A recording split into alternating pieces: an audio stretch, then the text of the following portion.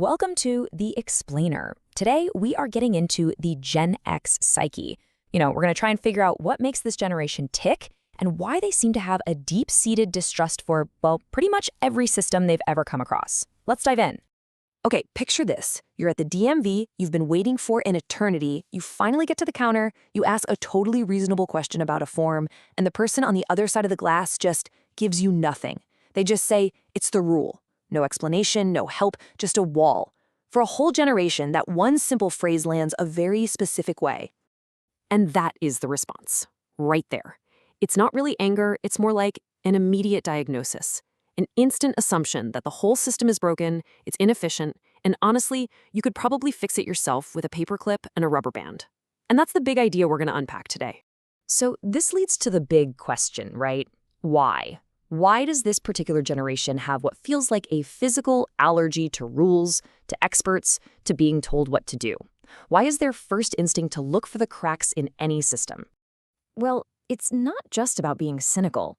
This Gen X mode is basically a conditioned response. Think about it. This is the generation that grew up as the beta testers for a whole bunch of really bad ideas. In parenting, in school, in nutrition, you name it.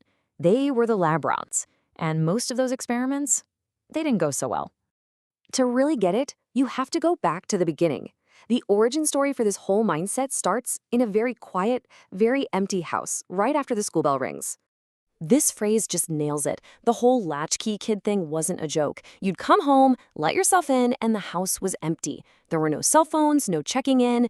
It was just you and the hum of the refrigerator. The number one rule was figure it out yourself, because nobody's coming to help you. And authority was this weird outsourced thing. Instead of direct guidance from parents, you got this triple threat of vague warnings. The cops will come or Child Protective Services will take you away. And of course, the classic, God is watching you. He was apparently very invested in whether or not you did your homework. And this is how you get the authority allergy.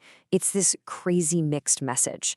On one hand, you're told there's this huge, all-powerful system of cops and social workers ready to pounce on you at any moment. But then, in your actual day-to-day life, there's nobody. You quickly learn that the all-seeing eye is probably looking at something else. So this skepticism, it isn't just a vibe they picked up as kids. Oh no.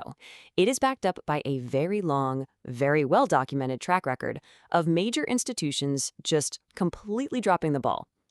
Let's look at the receipts. We're just going to run through a few big ones here, but each of these was like a pillar of trust that just crumbled, and it really shaped how a whole generation saw the world. Okay, first up, science. The US government, our doctors, our teachers, they all pointed to this chart and told us to eat up to 11 servings of bread a day. 11. It wasn't nutrition advice, it was basically a national carb-loading experiment. No wonder you start to question what the experts are telling you. And then you had the DARE program. A police officer would come into your school and, with the best intentions, give you this incredibly detailed presentation on every illegal drug known to man. For a lot of kids, it was less of a deterrent and more of a surprisingly thorough product catalog. Just another institution that completely missed the mark. Now, this one was huge. Millions of kids were watching it live in their classrooms when the Challenger exploded. And then later, we all found out that engineers had warned them. They told the people in charge it was too cold, but they launched anyway. The lesson was brutal. The adults in the suits don't always know best, and their mistakes can be absolutely devastating. And finally, there was the deal.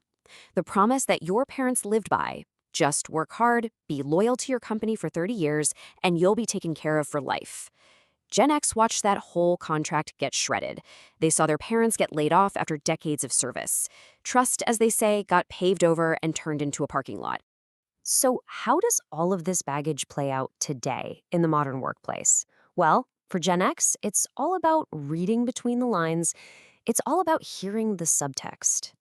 So when a CEO gets up and says, "We're a family here," the built-in Gen X translator immediately kicks in, because they've seen how family members get treated when quarterly profits are down.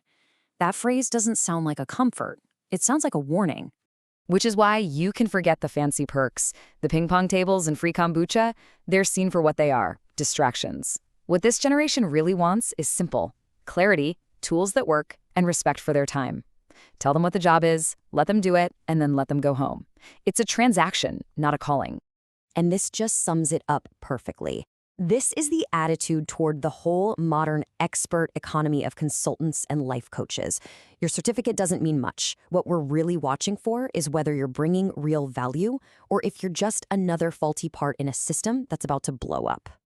So, the crucial question is, this deep-seated skepticism, this authority allergy, is it a good thing or a bad thing?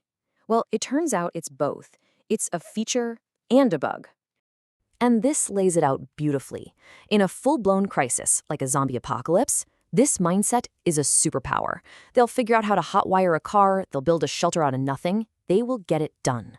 But in a normal, collaborative setting, like, say, a PTA meeting, that same instinct makes them a total nightmare to work with. Every rule is a suggestion, and every meeting is a potential war crime. So what's the solution? We're not trying to erase this core programming. That's probably impossible. The goal is to refine it, to learn how to wield this skepticism a little more surgically. Here are 3 basic steps. First, learn to separate the person from the system. That employee at the DMV isn't the man. They're just a person stuck in a bad system trying to get to 5 o'clock. Second, figure out if a rule is just stupid or if it's a safety rule. Questioning the office dress code is one thing. Ignoring a rule that's preventing a bridge from collapsing is another. And third, use that powerful skepticism as a filter to find flaws and suggest improvements, not as a sledgehammer to just destroy everything. And really, that's the bottom line. You want to keep the highly tuned bullshit detector? That thing is a genuine asset. But it might be time to retire the automatic, knee-jerk hell no to everything. It's about questioning the system, but then maybe, just once in a while, deciding that some parts of it are actually okay. So we'll leave you with this question to think about.